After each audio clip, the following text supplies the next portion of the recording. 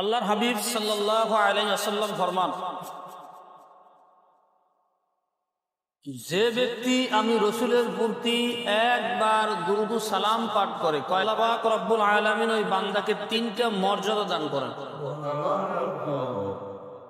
বেকারিম 10টা রহমত নাজিল করেন, আর আমল নামা থেকে 10টা সগীরা গুনাহ আল্লাহ ঝরাইয়া দেন। এরপরে আল্লাহ পাক রব্বুল আলামিন বান্দার মর্যাদা, সম্মান, ইজ্জত 10 গুণ বাড়ায়। একটা খেজুর গাছের সাথে নবীদের সাথে কি মহব্বত, কি ভালোবাসা। হাবিব সাল্লাল্লাহু আলাইহি ওয়াসাল্লাম মসজিদে নববীতে মরা একটা খেজুর গাছের উপর বৈশা বৈশা জুমার খুতবা দিতেন। মহিলা সাহাবী, উনি আল্লাহর হাবিবের কাছ থেকে অনুমতি নিলেন। ইয়া রাসূলুল্লাহ, ইয়া হাবিবাল্লাহ, আমি একটা মিম্বার বানিয়ে দিতে চাই। অনুমতি দেওয়া হলো, মিম্বার তৈরি হয়ে গেল। মসজিদ নববীর মরা খেজুর গাছকে সরাইয়া ওই জায়গায় যখন নতুন মিম্বার বসানো হলো, মরা খেজুর গাছ মানুষের মতো হাউ মাউ কান্না শুরু করে দিছে। আল্লাহর হাবিব বুকের সাথে জড়ায়া ধইরা আল্লাহর হাবিব চোখের পানি রাখতে পারেন না, আর বলেন, এ খেজুর গাছ তুই কাঁদো কেন, কাঁদো কেন? খেজুর গাছের জবান আল্লাহ খুলে দিয়েছে। খেজুর গাছ বলে, ইয়া রাসূলুল্লাহ, ইয়া হাবিবাল্লাহ গো, আপনি এতদিন আমি মরা খেজুর গাছের উপর বৈশা বৈশা খুতবা দিয়েছেন, আমি ধন্য ছিলাম। আপনার থেকে আমাকে জুদা করে দিয়া নতুন মেম্বার বসানো হলো। ইয়া রাসূলুল্লাহ, এই জন্য আমি কাঁদি। আল্লাহর হাবিব কেঁদে কেঁদে বলেন, মরা খেজুর গাছ, আমি তোর জন্য আল্লাহর কাছে দোয়া করে যাব, আল্লাহ পাক রব্বুল আলামিন তোকে যেন কিয়ামত পর্যন্ত হায়াত দেয়, তোর ভিতরে যেন আল্লাহ পাক রব্বুল আলামিন ফল দেয়, খেজুর দেয়। সে খেজুর খেয়ে খেয়ে তারা মেহমানদারি করবে। ওই খেজুর গাছ নাকি এখনো মসজিদে নববীর পাশে নাকি আছে। যারা গেছেন তারা বলতে পারেন। আল্লাহ যদি কখনো যদি নেয় তখন দেখতে খেজুর গাছের সাথে নবীর সাথে কি মহব্বত। আমিরুল মুমিনিন হযরত ওমর ফারুক রাদিয়াল্লাহু তাআলা আনহু নবীজিকে দাওয়াত করছেন, তার বাড়িতে নবী মেহমান। হযরত ওমর বাজারে চলে গেলেন, কাসাসুল আম্বিয়ার মধ্যে ঘটনাটা আসছে। হযরত ওমর নবীকে দাওয়াত করছেন মেহমানদারি করানোর জন্য, বাজার করার জন্য। হযরত ওমর বাজারে গেলেন, বাজার থেকে পছন্দ মতো একটা মাছ ক্রয় করে বাড়িতে নিয়ে আসলেন।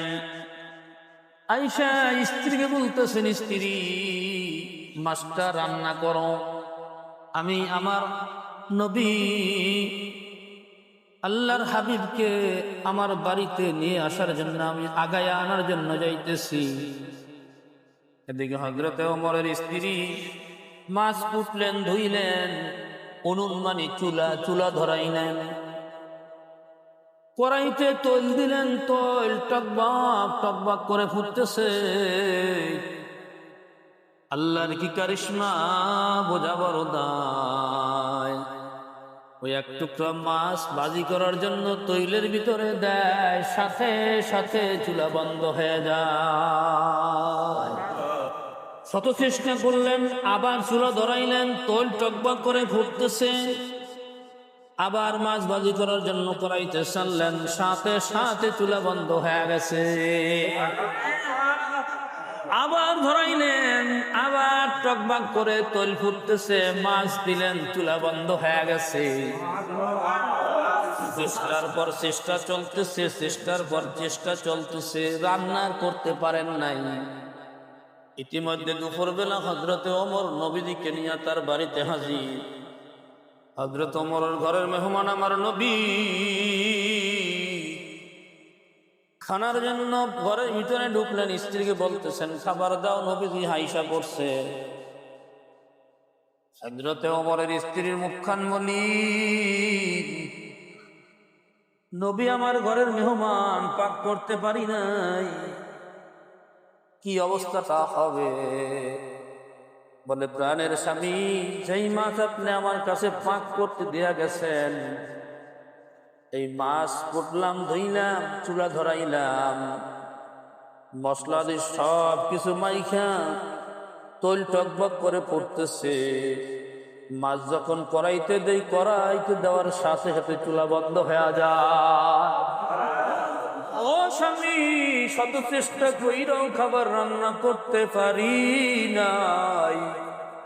হযরত ওমরের মুখখান মলিন হয়ে গেল, নবীজির সামনে হাজির, বলতেছেন, ইয়া রাসূলুল্লাহ, ইয়া হাবিবাল্লাহ গো, আজকে হযরত ওমরের ঘরে যেই মাছ রান্না করার জন্য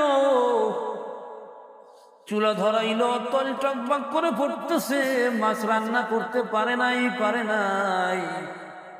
ও আল্লাহর হাবিব, এই মাছ দুনিয়ার আগুন কেন গো? জাহান্নামের আগুনে ওই মাছ জ্বালাইতে পারবে না।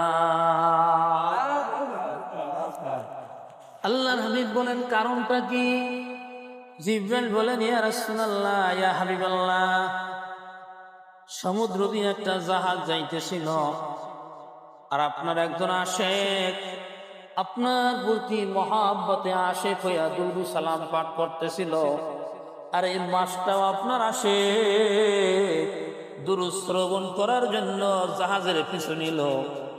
জাহাজ যাইতেছে, মাছ জাহাজের পিছনে পিছনে যাইতেছে, পথিমধ্যে মাছটা জাল্লার জালে আটকা বইরা গেছে। ও আল্লাহর হাবিব, দুনিয়ার আগুন তো দূরের কথা, এই মাছ জাহান্নামের আগুনও জ্বলবে না। আল্লাহর হাবিব গো, কিয়ামত পর্যন্ত যারা আপনি নবীর উপর দুরূদ সালাম পাঠ করবে, আল্লাহর ওয়াদা, আল্লাহর ওয়াদা, আল্লাহ ওই বান্দা বান্দিকে জাহান্নামের আগুনে জ্বালাবেন না।